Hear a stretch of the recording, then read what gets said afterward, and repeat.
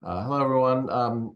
Joined as part of this talk by Janet Kukrasia. Janet is one of my favorite fellows from years past at MD Anderson, and I lose track of time and realize she's already been out 4 years, and is at University of Colorado. And she's one of the early group of editors for BGOI Compass and has done a lot of the key oncology reviews and really does everything prostate, bladder, and kidney. So I asked Janet to pick three papers or so that she enjoyed reviewing and thought were helpful to practice sort of academic progress. And so I'm going to share a screen and we're just going to do some highlights. Yeah, I chose this paper because I think it highlights the how upper tract is actually, still a rare disease, even though we deal with it on a daily basis. I thought that this paper was really interesting because it was about the multimodal kidney preserving approach. So for patients that had significant upper tract tumors, and just like right off the bat, the thing that really caught my eye is six of these patients, so 40% of the patients that were in this cohort had previous nephrectomy. So this is a group that they're really continually dealing with this disease. So I thought that it was great to talk about kind of the approach to trying to keep patients off dialysis. So do you think it's mostly the GFR that put people on this, or is it some age and comorbidity as well? I think it was mostly so a lot of the patients would have required full nephroureterectomies. Yeah. And so they would have been on dialysis because like half of them already had lost their other kidneys to upper tract urothelial carcinoma. Mhm. And then, I think all of them had, like, not all of them, the vast majority, I think 12 of the 14 had already had hydronephrosis. So probably some degree of damage to those kidneys anyway. So multifactorial, I think. So so really, I guess three main elements. You've got kind of a unique patient selection when your standard pathways are kind of limited without creating new problems. And then you basically have a systemic element and then a local treatment element. I believe this one has kind of the color figure. Maybe we can scroll to that. So yeah, tell us about the treatment protocol. Yeah. So the patients that were chosen for the multi-kidney preserving versus nephroureterectomy. So 71% it was um, the underlying GFR. 14% was the patient's decision. And it's interesting the way that they kind of manage these tumors. So we kind of think of these upper tract tumors as you don't like to put in nephrostomy tubes or nephroureteral stents. But they did do a fair amount of laser to try and open up those hydronephrotic kidneys, and they did add systemic control to them. I thought the table 3 on page 40. Yeah, right there. Yeah. I thought it was interesting. So this group, if you look at it, and you can really only 3 of the patients actually got cisplatin-based chemotherapy, which we think of as kind of the backbone of systemic therapy for upper tract urothelial carcinoma, and only 2 of them got carbo, which I thought was also pretty interesting. So and then the atezolizumab I also thought was interesting. It may have been early on when atezolizumab first came out, but I think for a lot of people that do urothelial cancer, we usually think much more of the pembrolizumab that 4 of the patients got as systemic therapy rather than atezolizumab. And then the let's see, you got so it's kind of a hodgepodge of systemic therapies, whether or not they got stents or not. Here in table two, of Yeah, course, tumor location. And, yeah. what about the topical therapies? So I was actually Right. really interested in the topical therapies. I'm glad you bring that up. So a lot of times we think of like doing BCG through nephrostomy tubes or, gemcitabine or something like that. And so I was, surprised to see so little BCG. I guess I could think of it in two ways. So, one is that maybe most of these were thought to be more advanced than something that BCG would be able to tackle. But I would say that in general, we are pretty terrible at staging ureteral and renal pelvis tumors. So I would say we understage them probably more often than we overstage them. So maybe that's why a lot of them didn't get topical therapies. Yeah. So overall, 14 patients, they had moderate success. If we go back to the punchline, but what were your thoughts on kind of lessons learned from a small case series, and how often are you seeing patients like this? Do you find these reports helpful when Yeah, the big studies are it's kind of a rare disease to begin with, and then you add these elements? yeah. I think the take home message for me was, the multidisciplinary care for these patients. Um, and while it is a rare disease, I think maybe I put this article. I have a patient that I'm seeing in clinic this week who already had a nephrourectomy on one side, has a large high-grade ureteral tumor on the other side that is not manageable with not doing nephrourectomy. And so I think it just emphasizes kind of the hodgepodge of what we do now, and the hope that we come up with some better things in the future for this patient group.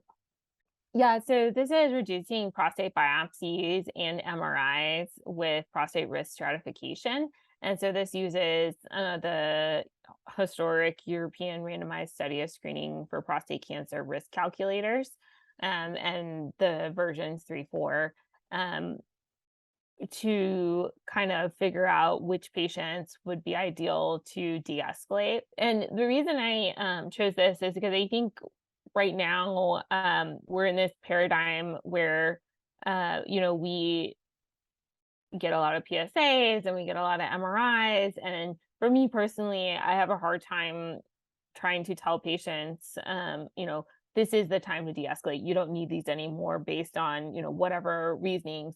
And I think that there are kind of a couple different thoughts out there in the way patients react. Some of them want to be super aggressive and they're like, 90 years old, still wanting to get PSAs because that's what they've always done.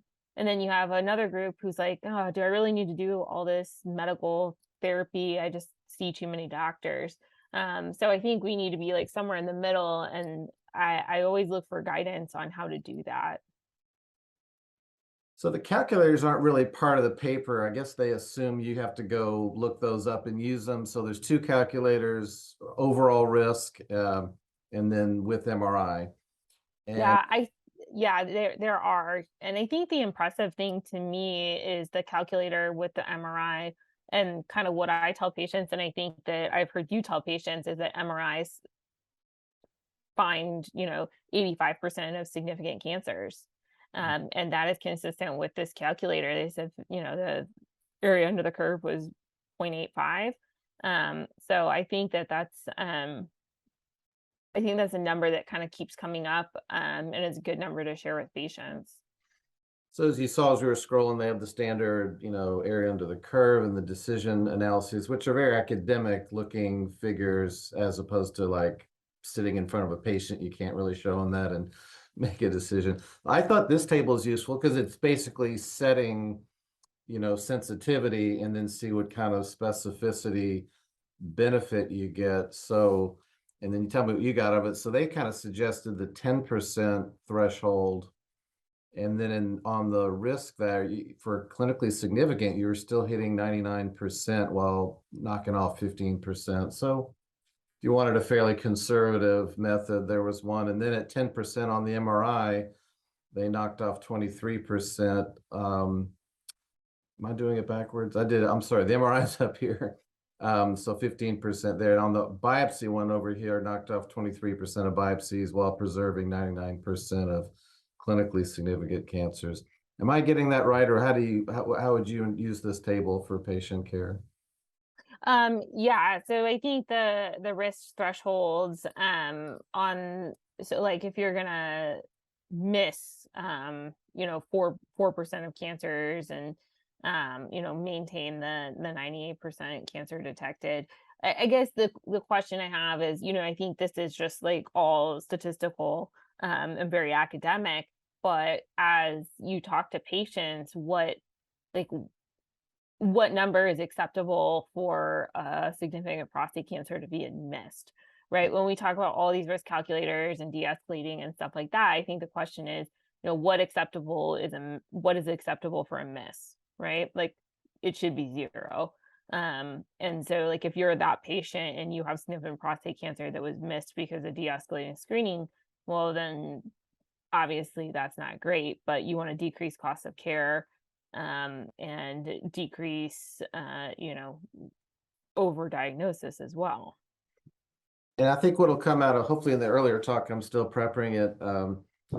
The issue on MRI then becomes, are guidelines going to eventually state that all biopsies should have a multi-parametric MRI first? Right now, like the NCN says, if available, as Mhm. opposed to like make it available or refer someone if you don't.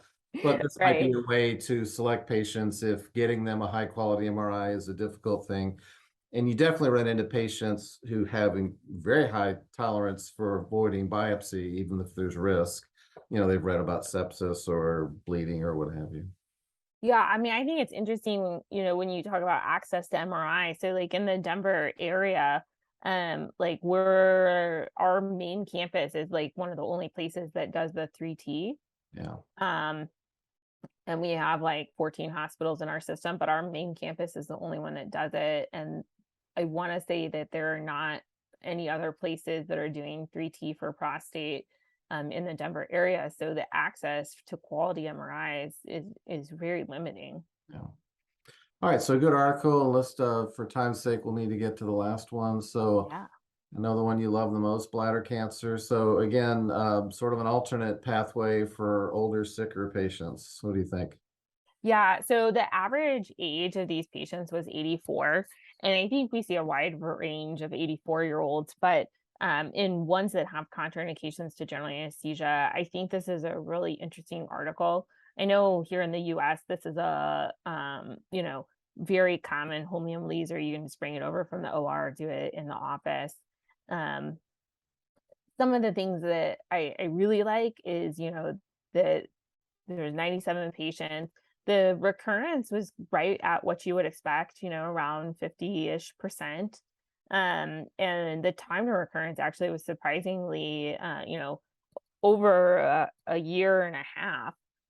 So I thought that was great too. And I think for certain patients, this is a really safe, effective thing. If they have contraindications to general anesthesia, you're just trying to get them more time and, less complications from their tumors. And you think it's practical to get holmium in the office? And a lot of people might have various lasers in the OR because of stones, but what about in the office? Well, so I think it depends. So I think there's a couple different holmiums out there. Some of them plug into regular outlets. Obviously, if you have to have the special plug for your holmium, then that is very limiting. But I mean, I've seen this personally with green light too. I don't think it has to be limited to holmium. Um, but I do think like green lights can go into any outlet and plug into the office. And all these lasers you can rent too. There's reps usually for them at least in the US. So I think that if you had the right patient, it would really be a good thing for them.